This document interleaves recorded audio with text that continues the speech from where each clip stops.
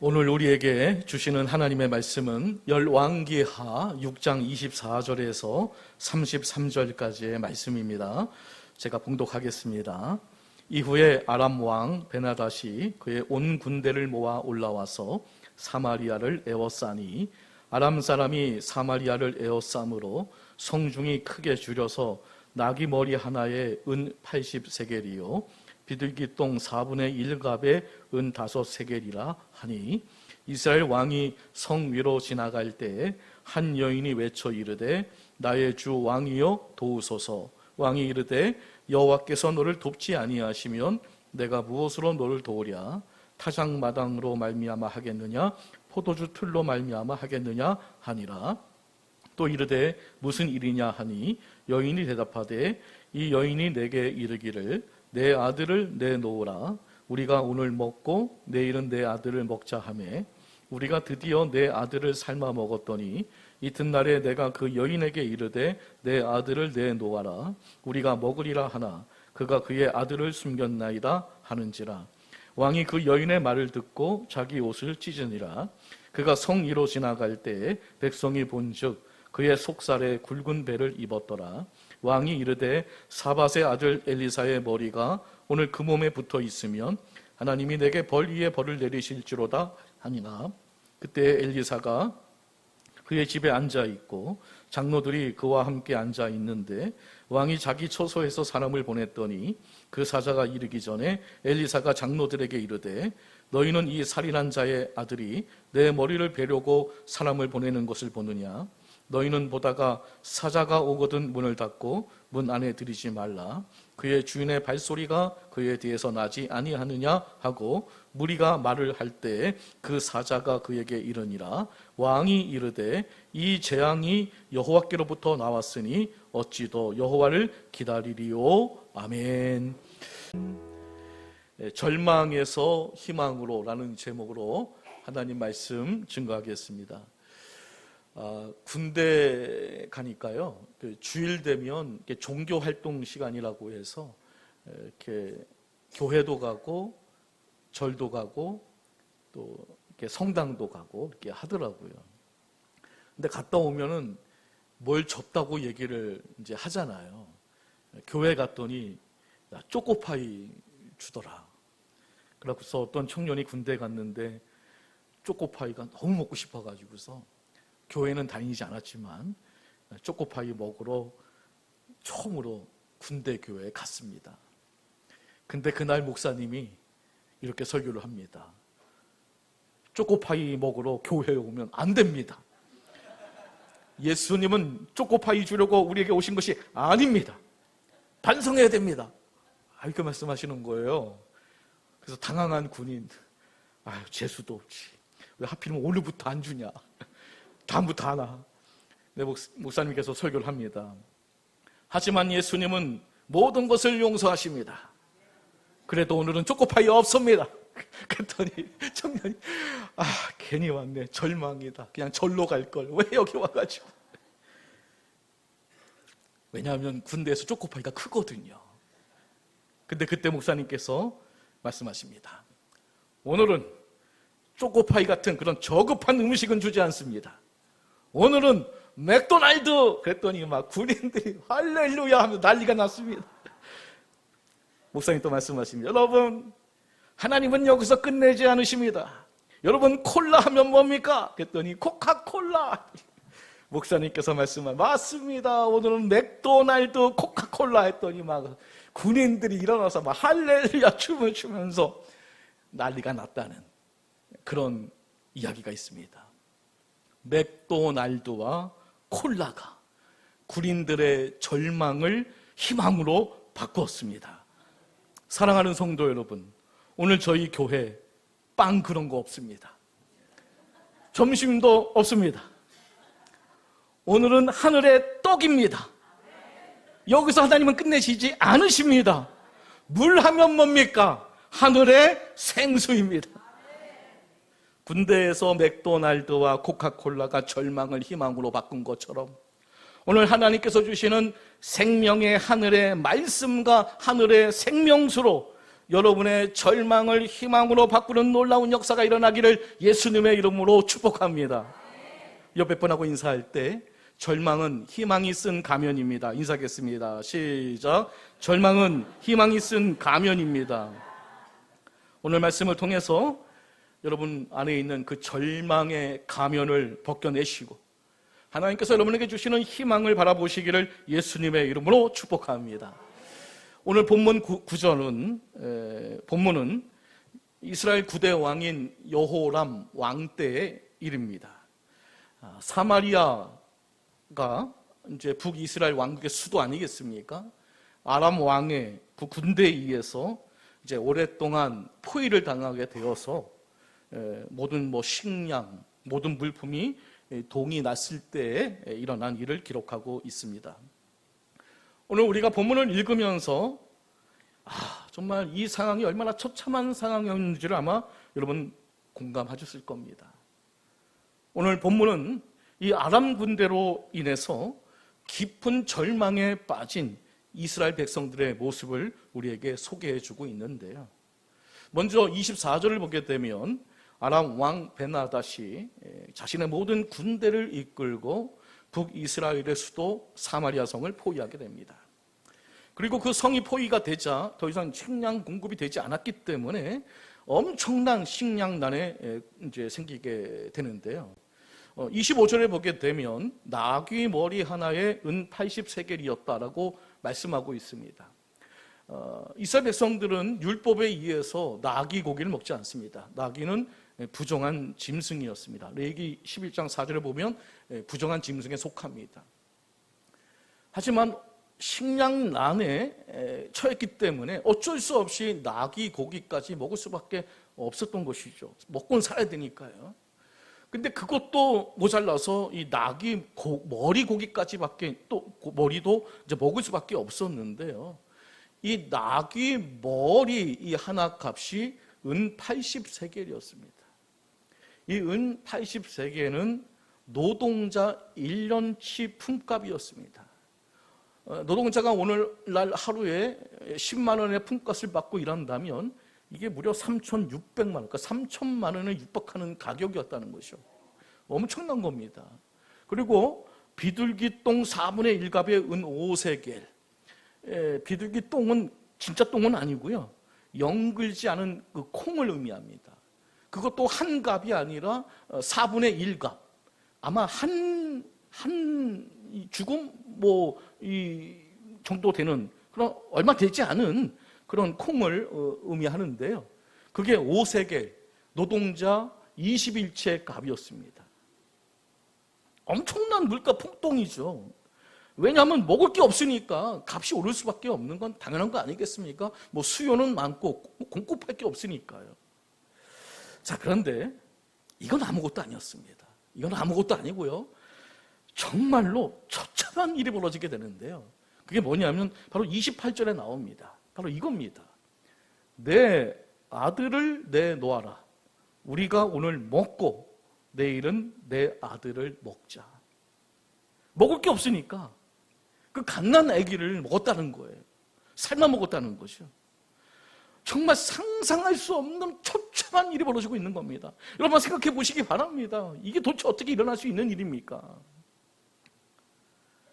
그러나 이거보다 더 큰 문제는 바로 이런 상황에서 이스라엘 백성과 왕이 그저 절망만 하고 있었다는 것입니다. 물론 우리는 이 상황을 충분히 절망할 수밖에 없는 상황임을 우리는 인정할 수밖에 없습니다. 그러나 이들이 절망만 하고 있다는 것은 당연한 건 아닙니다. 왜냐하면 그들은 누구입니까? 그들은 하나님의 백성 아닙니까? 더 분명히 말하면 이런 절망보다 크신 하나님이 계시지 않았습니까? 위대한 선지자 엘리사도 있지 않았습니까? 하나님께 절망은 없습니다. 우리가 잠깐 절망할 수는 있겠지만 우리가 절망에 깊이 빠져들어서는 안 됩니다. 절망에 우리가 빠지면 빠질수록 더욱 우리 인생은 비참해질 뿐입니다. 절망감은 무서운 독성을 가지고 있는데요. 단테의 신곡에서, 그 책에서 지옥 문 앞에 그 출입구에 다음과 같은 그 문구가 쓰여 있다는 겁니다. 이곳은 소망이 조금도 존재하지 않는 곳이다. 지옥의 특성이 뭐냐? 절망만 있는 곳, 어떤 이 손톱만큼의 소망도 전혀 없는 곳, 그게 지옥이거든요. 그러므로 만약에 우리들이 절망에 빠져 있다면 우리는 지금 지옥의 삶을 살고 있는 겁니다. 그리고 키에르케고르는 절망이란 인간을 죽음에 이르게 하는 것이다 라고 말하고 있거든요. 그러니까 절망은 결국 우리를 지금 죽이고 있는 겁니다. 그래서 마귀는 어떻게 해서든 우리를 절망으로 이끌고 있습니다. 마귀는 우리를 절망시켜서 우리의 삶을 아예 지옥으로 만들고 우리를 죽음에 이르게 하고 하나님의 일을 효율적으로 하지 못하도록 방해를 합니다. 간단하게 말해서 절망하는 자는 이 땅에 숨을 쉬고 있긴 있지만 지옥 같은 삶을 사는 사람인 것입니다. 그러므로 우리는 아무리 절망적인 상황이라 할지라도 절망에 빠지지 말아야 할 줄 믿습니다. 오히려 그 절망의 가면을 벗고 그 속에 있는 희망을 발견해야 될 줄 믿습니다. 오늘 본문은 절망을 이기지 못하고 더 깊은 절망의 늪에 빠져 있는 이스라엘 왕과 이스라엘 백성들의 모습을 소개하고 있습니다. 도대체 왕과 백성들 모두가 깊은 절망에 빠진 이유가 도대체 무엇이었을까요? 그들은 하나님의 택하신 백성들이었고요, 전능하신 하나님이 계셨고요, 위대한 선지자 엘리사도 옆에 있었음에도 불구하고 왜 그들은 절망만 하고 있었을까요? 이것은 곧 우리의 이야기일 수 있습니다. 본문의 상황과 똑같은 절망의 상황은 아니지만 여전히 우리는 절망하고 있습니다. 우리가 과거보다 잘 살게 되었다 할지라도 여전히 우리는 절망하고 있습니다. 오히려 잘 살기 때문에 더 절망할 수 있습니다. 여러분, 조사를 연구를 했는데요, 10,000원을 벌었습니다. 그때 그 기쁨, 10,000원을 잃어버렸습니다. 그때 절망감. 여러분, 똑같은 상황이지만 이 기쁨과 절망감 어떤 게 더 클까요? 절망감이 더 크대요. 똑같은 건데 이 기쁨보다 절망감이 더 크다는 거예요. 우리는 예수 믿고 구원받은 하나님의 자녀들입니다. 우리는 달라야 하지 않을까요? 근데 우리 믿는 자들이 여전히 절망에 빠져 있다는 것은 올바른 모습이 아닌 줄 믿습니다. 자, 그러면 왜 하나님을 믿는 자들이 이 절망의 늪에 빠지는 이유가 무엇일까? 오늘 말씀을 통해서 우리들이 절망에 깊이 빠지는 이유가 무엇인지를 우리가 생각해 봄을 통해서 여러분 모두 어떤 상황 속에서도 절망에 빠지지 않고 그 절망을 이기고 소망의 삶을 살아갈 수 있는 여러분 모두가 되시기를 예수님의 이름으로 간절히 축복합니다. 자, 믿는 자들이 왜 절망하는가? 첫째, 기도하지 않기 때문입니다. 왜 우리가 절망하는가? 기도하지 않습니다. 자, 열왕기하 6장 30절 말씀 읽어보겠습니다. 자, 시작. 왕이 그 여인의 말을 듣고 자기 옷을 찢으니라. 그가 성 위로 지나갈 때 백성이 본즉 그의 속살에 굵은 배를 입었더라. 아멘. 자, 이스라엘 왕이 뭔가 어떤 여인에게서 어떤 이야기를 듣습니다. 그 이야기가 뭐냐? 네 아들을 내놓아라, 우리가 먹으리라. 먹을 게 없어갖고요, 애들까지 먹는 겁니다. 왕이 이 이야기를 듣고요, 자기 옷을 찢고 굵은 배옷을 입었습니다. 슬픔의 표현이죠. 근데요, 이게 다였습니다. 근데 여러분, 절망 중에 슬퍼하는 건 누구나 할 수 있습니다. 그리고 절망 중에 슬퍼한다고 그 절망을 극복할 수 없습니다. 만약에 옷을 찢고 굵은 배옷을 입어서 해결된다면요, 얼마든지 옷을 다 찢을 수 있고 얼마든지 배옷을 입고 다닐 수 있습니다. 그러나 그렇게 한다고 해서 이 절망이 해소되는 게 아닙니다. 오늘 본문을 보게 되면, 자, 사마리아 성이 아람 군대의 포위가 되었지만 아무도 기도하지 않았습니다. 아람 군대의 포위가 지속되자 식량이 떨어져 갑니다. 그런데도 기도하지 않았습니다. 그 결과 그들은 더 깊은 절망에 빠지게 된 겁니다. 그렇습니다. 우리가 어떤 문제를 만났을 때 기도하지 않으면 계속해서 깊은 절망에 빠져들어가게 되는 겁니다. 성경을 우리가 읽어보게 되면 우리가 성경이 우리에게 주는 그 많은 교훈이 있습니다. 그런 많은 교훈 중에 이 기도하라는 이 교훈이 참 많은 것 같습니다. 특별히 성경은 우리들이 그 어려운 환경에 처해 있을 때 반드시 기도해야 한다라고 우리에게 말씀해 주고 있는데, 야고보서 5장 13절 말씀 읽어보겠습니다. 자, 시작. 너희 중에 고난 당하는 자가 있느냐? 그는 기도할 것이요. 그러니까 우리가 고난이 옵니다. 그러면 뭘 해야 될 때입니까? 기도해야 할 때인 줄 믿습니다. 자, 로마서 12장 12절 또 읽어볼게요. 자, 시작. 소망 중에 즐거워하며 환난 중에 참으며 기도에 항상 힘쓰며. 환난 중에 우리는 참아야 되고 기도에 항상 힘써야 되는 것입니다. 다니엘을 보십시오. 절망적인 상황이었습니다. 바벨론 포로로 끌려갑니다. 절망이죠. 근데 그는 그 절망 중에서도 하루에 3번 예루살렘을 향하여 기도를 했습니다. 그래서 그 절망을 극복하게 됩니다. 다윗도 마찬가지입니다. 다윗의 상황은 정말 절망적인 상황이었거든요. 근데 그런 절망 중에도 하나님께 기도하지 않습니까? 시편이 그것을 증명하고 있습니다. 오늘 본문과 유사한 내용이 여호사밧에게도 있었는데요. 근데 여호사밧은 반응을 달리 했습니다. 남유다 4대 왕이었던 이 여호사밧은요, 오늘 여호람과 비슷한 어떤 절망적인 상황에 마주하게 됩니다. 모압과 암몬과 마온, 그 연합국이 쳐들어오게 되는데요. 그때 이 남유다는 전쟁을 할 만한 상황이 아니었습니다. 이런 절망적인 상황에서 여호사밧은 하나님을 바라보며 기도하는데요. 자, 그 장면 한번 보도록 할게요. 역대하 20장 3절 4절 읽어볼게요. 자, 시작. 여호사밧이 두려워하여 여호와께 낯을 향하여 간구하고 온 유다 백성에게 금식하라 공포하며 유다 사람이 여호와께 도우심을 구하려 하여 유다 모든 성읍에서 모여와서 여호와께 간구하더라. 아멘. 자, 똑같은 상황이었거든요. 지금 여호람 왕이 처한 상황과 그리고 이 여호사밧이 처한 상황이 똑같은 상황이었거든요. 그런데 여호사밧은 기도를 했습니다. 백성들에게 금식을 공포하고 하나님께 간구하게 했습니다.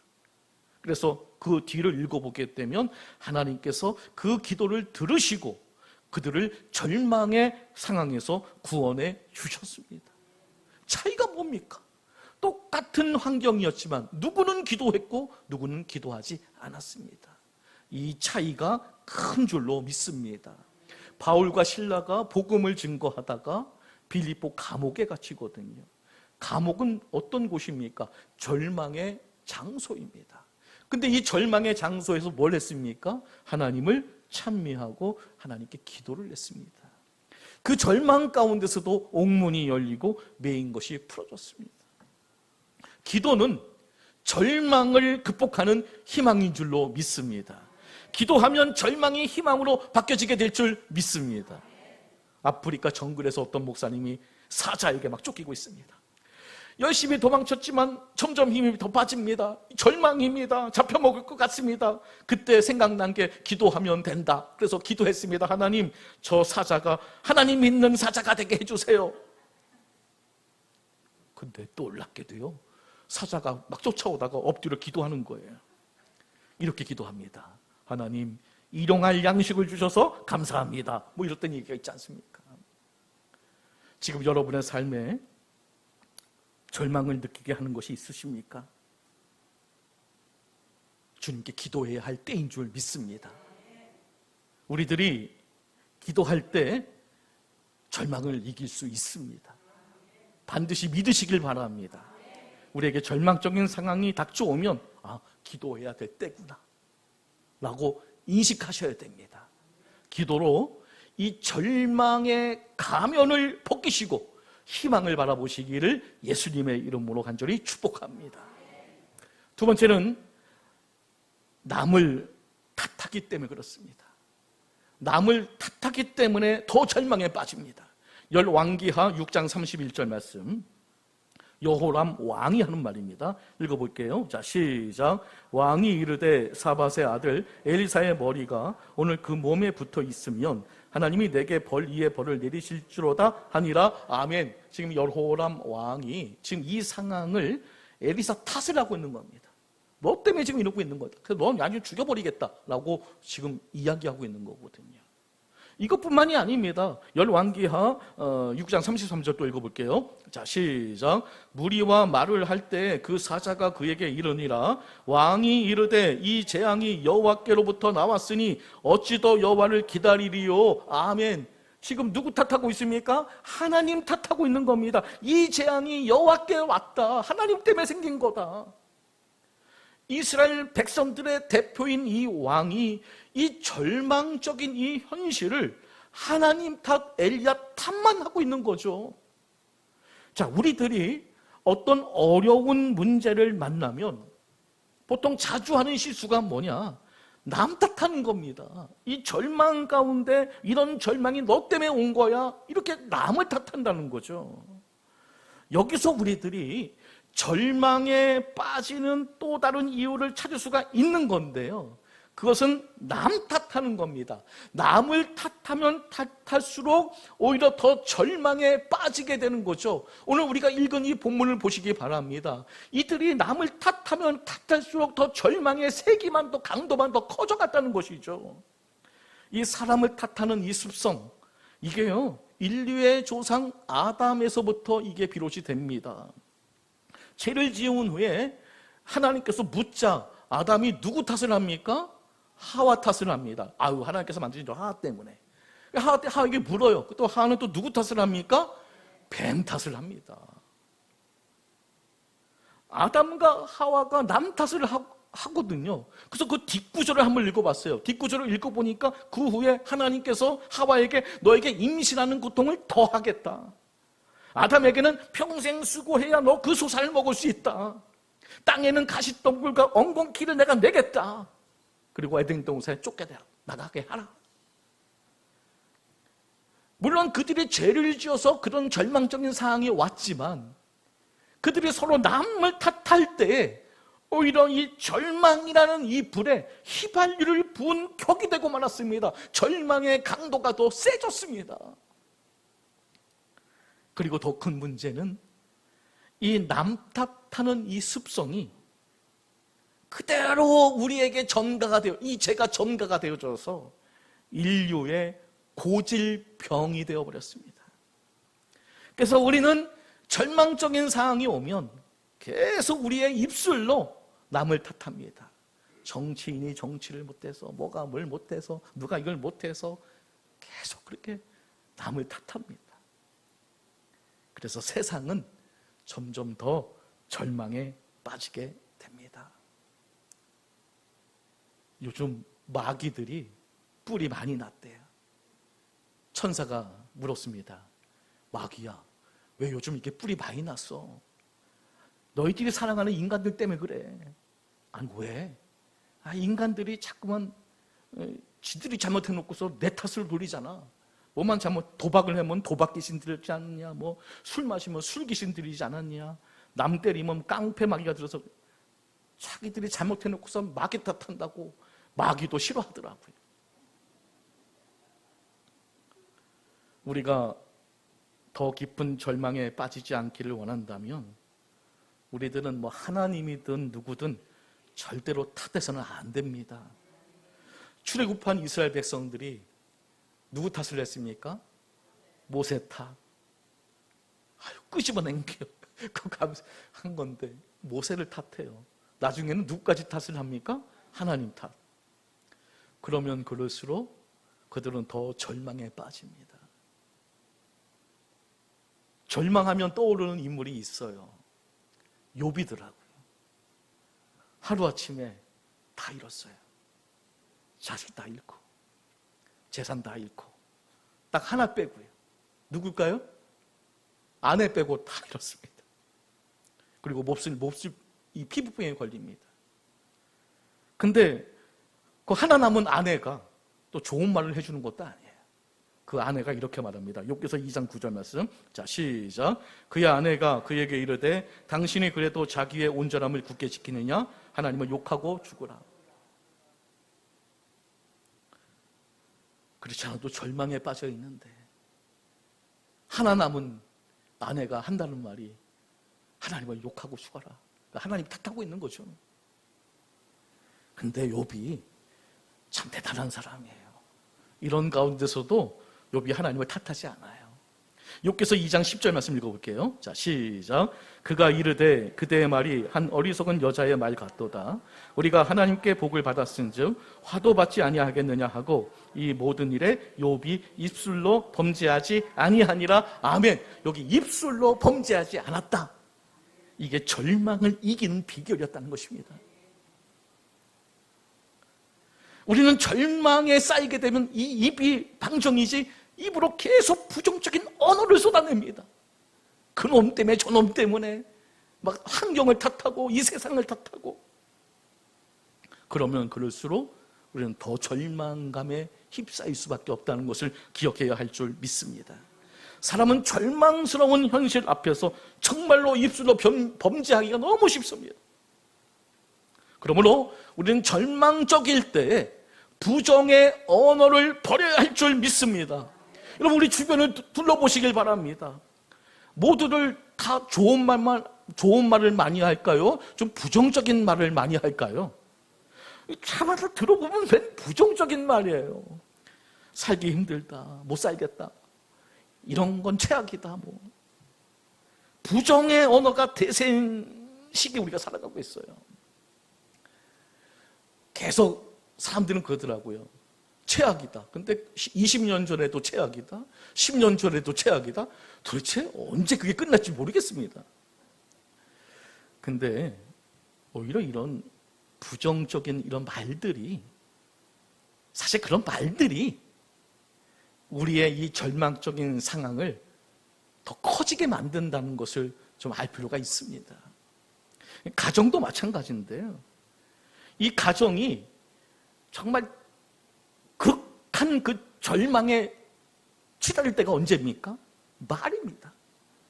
남편이 막 독한 말을 쏟아내고 아내가 독한 말을 쏟아내고 뭐 이러면서 이 가정이 정말 절망적인 상황에 그냥 치닫게 되는 거거든요. 교회도 마찬가지입니다. 그러면 이 절망의 언어를 어떻게 우리가 극복할 수 있을까? 빨래줄기로 여기 입을 그냥 막아놓는다고 해서 될 문제도 아니고요. 그렇다고 해서 뭐 그냥 억지로 그냥 좋은 말을 하면 되는 것도 아니고요. 어떻게 우리의 이 말을 이 소망의 언어로 바꿀 수 있을까? 그것은요, 회개해야 됩니다. 왜냐하면 회개와 믿음은 동전양면과 같거든요. 우리가 회개하게 될 때 하나님을 믿는 진정한 믿음을 갖게 되는 거예요. 그러면서 믿음의 언어를 사용하게 됩니다. 절망을 극복할 수 있습니다. 그러면 우리가 회개를 하려면 어떻게 해야 되는가? 일단 가장 먼저 우리가 회개를 해야 될 때는 가장 먼저 나 자신을 보는 겁니다. 자, 오늘 본문에서요, 이 절망적인 상황이 정말 한번 따져봅시다. 이게 정말 누구 때문에 벌어진 일인지, 정말로 이게 엘리사 때문에 그런 건지, 아니면 이게 하나님 때문에 그런 건지 한번 따져봐야 될 필요가 있는데요, 그게 아니었다는 거죠. 따져보니까 오히려 이스라엘이 범죄했습니다. 여호람 이 이스라엘 왕이 범죄를 한 겁니다. 우상을 숭배한 겁니다. 이스라엘 왕이나 백성들은 지금 일어나고 있는 일들을 잘 생각해 보게 된다면, 그들이 그 자신을 봤다면, 아, 이게 나 때문에 그런 것이구나 라고 아마 깨달을 수 있었을 것입니다. 그러나 그들은 그 문제의 원인을 자기 자신에서 찾지 않고요, 엉뚱하게 엘리사와 하나님에게 이게 돌린 거죠. 이래서 여러분 문제가 악화되는 것입니다. 사랑하는 성도 여러분, 우리가 절망 중에 있을 때 우리 자신은, 나 자신을 살펴보는 지혜가 있어야 할 줄 믿습니다. 어떤 어려움과 절망할 일을 우리가 만났을 때 가장 먼저 우리 자신을 좀 점검해 봐야 된다는 거죠. 혹시 내가 잘못한 것은 없는가? 내가 혹시 하나님 말씀에 벗어난 것은 없는가? 회개할 것은 없는가? 그리고 그것이 있다면 철저하게 회개해야 될 줄 믿습니다. 회개란 돌이킨다는 뜻을 가지고 있거든요. 회개하면 여러분 절망도 돌이키게 될 줄 믿습니다. 회개하면 절망이 소망으로 바뀌어지게 될 줄 믿습니다. 절망의 때에 겸손히 자신을 바라보고 회개함으로 절망 중에도 소망을 바라보시기를 예수님의 이름으로 간절히 축복합니다. 마지막 세 번째는 말씀을 붙잡지 못하기 때문에 그렇습니다. 하나님은 당신의 백성들이 감당할 수 없는 시험 당함을 허락하지 않으십니다. 그리고 이 절망 중에 이스라엘 백성들에게 피할 길을 내주시게 되는데요. 자, 그 장면을 보겠습니다. 열왕기하 7장 1절 말씀 읽어보겠습니다. 자, 시작. 엘리사가 이르되 여호와의 말씀을 들을지어다. 여호와께서 이르시되 내일 이맘때 사마리아 성문에서 고운 밀가루 한 스아를 한 세겔로 매매하고 보리 두 스아를 한 세겔로 매매하리라 하셨느니라. 아멘. 뭐 간단히 말해서 이겁니다. 내일은 음식값이, 그러니까 식량값이 폭락한다. 그래서 다 먹을 수 있다. 기쁜 이야기죠. 기쁜 말씀이죠. 이게 하나님의 말씀이었거든요. 얼마나 희망적입니까? 희망이 생기면 절망이 사라지거든요. 그런데 이 귀한 말씀을 한 장관의 반응이 이상합니다. 다음 구절 열왕기하 7장 2절 말씀 읽어보겠습니다. 자, 시작. 그때 왕이 그의 손에 의지하는 자 곧 한 장관이 하나님의 사람에게 대답하여 이르되 여호와께서 하늘에 창을 내신들 어찌 이런 일이 있으리요 하더라. 엘리사가 이르되 내가 내 눈으로 보리라. 그러나 그것을 먹지는 못하리라 하니라. 아멘.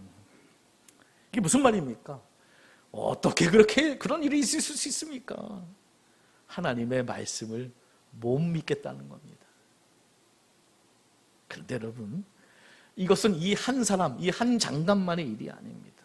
왜냐하면요, 이가 이렇게 이야기를 했을 때 그 주변에 있던 왕과 그 신하들, 백성들이 아무런 이야기를 하지 않습니다. 꾸짖지 않습니다. 이건 무슨 뜻입니까? 그 말에 동조했다는 뜻입니다. 고개를 끄덕, 그래, 뭔 일이 있겠어. 그러고 있었다는 겁니다. 결국 이 장관은 어떻게 됩니까? 백성들에게 발표 죽임을 당하게 됩니다. 그 다음 날이요. 여기서 우리들이 절망에 빠지는 마지막 이유를 찾을 수가 있는 건데요. 그것은 하나님의 말씀을 믿지 못하기 때문입니다. 하나님의 말씀보다 현실을 더 크게 보기 때문에 그런 겁니다. 만일 엘리사를 통해서 주어지는 그 하나님의 말씀을 그들이 믿었다면 그들은 절망을 이길 수 있었을 것입니다. 그러나 계속해서 그들은 엘리사를 통해서 주어지는 그 하나님의 말씀을 믿지 못했기 때문에 계속해서 절망에 빠져들어가게 된 것입니다. 결국 우리들이 절망하는 이유는 하나님의 말씀을 믿지 못하기 때문임을 우리는 꼭 기억해야 할 줄 믿습니다. 여러분, 요한계시록을 읽으면 대부분의 성도님들이 이렇게 이야기를 하더라고요. 무서워요. 맞습니다. 요한계시록에 기록된 내용은 대환란을 기록한 책인데요. 엄청난 환란이 기다리고 있습니다. 근데 어떻게 기록되어 있냐면요, 역사 이래로 이런 환란은 없었다, 앞으로도 없을 것이다 라고 할 정도로 지금 우리가 읽었던 본문의 상황과는 게임이 되지 않아요. 자, 그 내용을 한번 읽어보겠습니다. 마태복음 24장 21절. 자, 시작. 이는 그때에 큰 환란이 있겠음이라. 창세로부터 지금까지 이런 환란이 없었고 후에도 없으리라. 그렇습니다, 여러분. 지금 우리가 읽었던 본문도 엄청난 환란인데요, 엄청난 재앙이죠. 근데 그건 아무것도 아니라는 거예요. 앞으로 엄청난 환란이 오게 된다는 겁니다. 그러나 우리 믿음의 사람에게 있어서 대환란은 절망적이지 않습니다. 왜냐하면 우리에겐 말씀이 있거든요. 자, 계시록 1장 3절입니다. 계시록 1장 3절입니다. 자, 시작. 이 예언의 말씀을 읽는 자와 듣는 자와 그 가운데 기록한 것을 지키는 자는 복이 있나니 때가 가까움이라. 아멘. 자, 여러분, 우리가 요한계시록을 읽어보게 되면 엄청난 대환란이 기록되어 있어요. 그런데 걱정하지 마. 말씀을 읽는 자와 듣는 자와 그 가운데 기록된 것을 지키는 자는 복이 있다. 이렇게 우리에게 말씀해주고 있거든요. 자, 이것이 요한계시록이라는 이 말씀이 누군가에게는 절망으로 다가오지만 믿음의 사람에게는 복된 말씀으로 다가오는 줄 믿습니다. 그래서 대환란이란 절망 가운데 있다 할지라도 말씀을 붙잡는 자는 승리하게 될 줄 믿습니다. 여러분, 시편 대부분의 시는 다윗의 시인데요, 다윗이 절망 가운데 있을 때 쓴 대부분의 시입니다. 우리는 다윗의 시를 읽으면서 그런 절망적인 상황에서 다윗이 무엇을 했는지를 알 수가 있는데요, 일단 다윗은 그 절망적인 상황에서 기도를 했습니다. 그리고 찬송을 불렀습니다. 그리고 또 뭘 했느냐? 말씀을 붙잡았더라고요. 이 시편 1편 시작이 뭡니까? 여호와의 율법을 즐거워하여 그 율법을 주야로 묵상하는 자다. 히브리인들은요, 이 광야를 미드바르라는 단어를 씁니다. 이 미드바르라는 이 단어가 무슨 뜻이냐면요, 뭐뭐 안에 뭐뭐 중에, 그 드바르, 말씀한다는 뜻이거든요. 그러니까 해석을 하면 말씀 중에, 말씀 가운데, 이런 뜻을 가지고 있어요. 그러니까 히브리인들은 이 광야, 이 절망의 땅을 보면서 말씀을 떠오르는 거예요. 그래, 그것이 아무리 절망의 땅이라 할지라도 그곳에 말씀이 있으면 그 절망의 땅이 희망으로 바뀐다. 그런 의식을 갖고 이 광야를 바라보는 거예요. 우리도 그래야 할 줄 믿습니다. 자, 열왕기하 오늘 7장 1절 다시 한번 읽어볼게요. 자, 읽어보겠습니다. 자, 시작. 엘리사가 이르되 여호와의 말씀을 들을지어다. 여호와께서 이르시되 내일 이맘때 사마리아 성문에서 고운 밀가루 한 스아를 한 세겔로 매매하고 보리 두 스아를 한 세겔로 매매하리라 하셨느니라. 아멘. 자, 여기 답을 엘리사가 우리에게 답을 말씀해주고 있는데요, 그 답이 뭡니까? 여호와의 말씀을 들을지어다. 이게 답이라는 거예요. 왜 절망만 하고 있느냐? 하나님 말씀이 여기 있다. 이 말씀을 들으라는 거예요.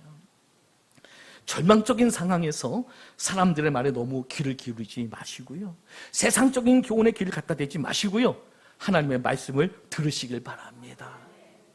요한계시록에 또 보니까 그런 절망적인 상황에서 7교회에 쓴 편지 중에 반복되는 내용이 있거든요. 자, 요한계시록 3장 6절 말씀 함께 읽어볼게요. 자, 시작. 귀 있는 자는 성령이 교회들에게 하시는 말씀을 들을지어다. 오늘 우리 교회에도 주신 말씀이거든요. 절망하고 있는가? 성령이 교회들에게 하시는 말씀을 들을지어다. 절망적일 때 더욱더 교회에 나오셔서 목사님 설교 말씀 듣고 은혜 받으시길 바랍니다. 매일 성경 말씀 읽고 묵상하시길 바랍니다. 그러면 절망을 극복할 수 있습니다. 어떤 분이 이런 말을 했습니다. 말씀은 절망의 해독제다. 말씀을 읽으면 읽을수록 여러분 마음속에 있는 절망이 해독되어져 가는 겁니다. 말씀으로 절망을 무너뜨리고 소망 가운데 살아가시기를 예수님의 이름으로 축복합니다. 말씀을 정리하겠습니다. 사랑하는 성도 여러분, 절망은 끝이 아닙니다. 절망은 희망이 쓴 가면일 뿐입니다. 오늘 이 시간 그 가면을 벗겨버리세요. 믿음으로 그 가면을 벗겨보시면 그 안에 일하고 계시는 하나님이 보이실 겁니다. 희망이 보일 겁니다. 사마리아 성은 완전히 막혀 있었습니다. 먹을 것도 없었습니다. 사람의 방법도 다 사라졌습니다. 한마디로 얘기해서 절망이었습니다. 그러나 하나님에게는 길이 있었습니다. 사람에게 길이 보이지 않아도 하나님의 길이 없는 건 아닙니다. 오늘이 절망스럽다고 내일까지 절망스러운 건 아닙니다. 하나님께서 말씀하십니다. 내일 이맘때 모든 상황을 다 바꾸겠다. 실제로 그렇게 하셨거든요. 여러분의 내일이 밝은 내일이 되시길 바랍니다.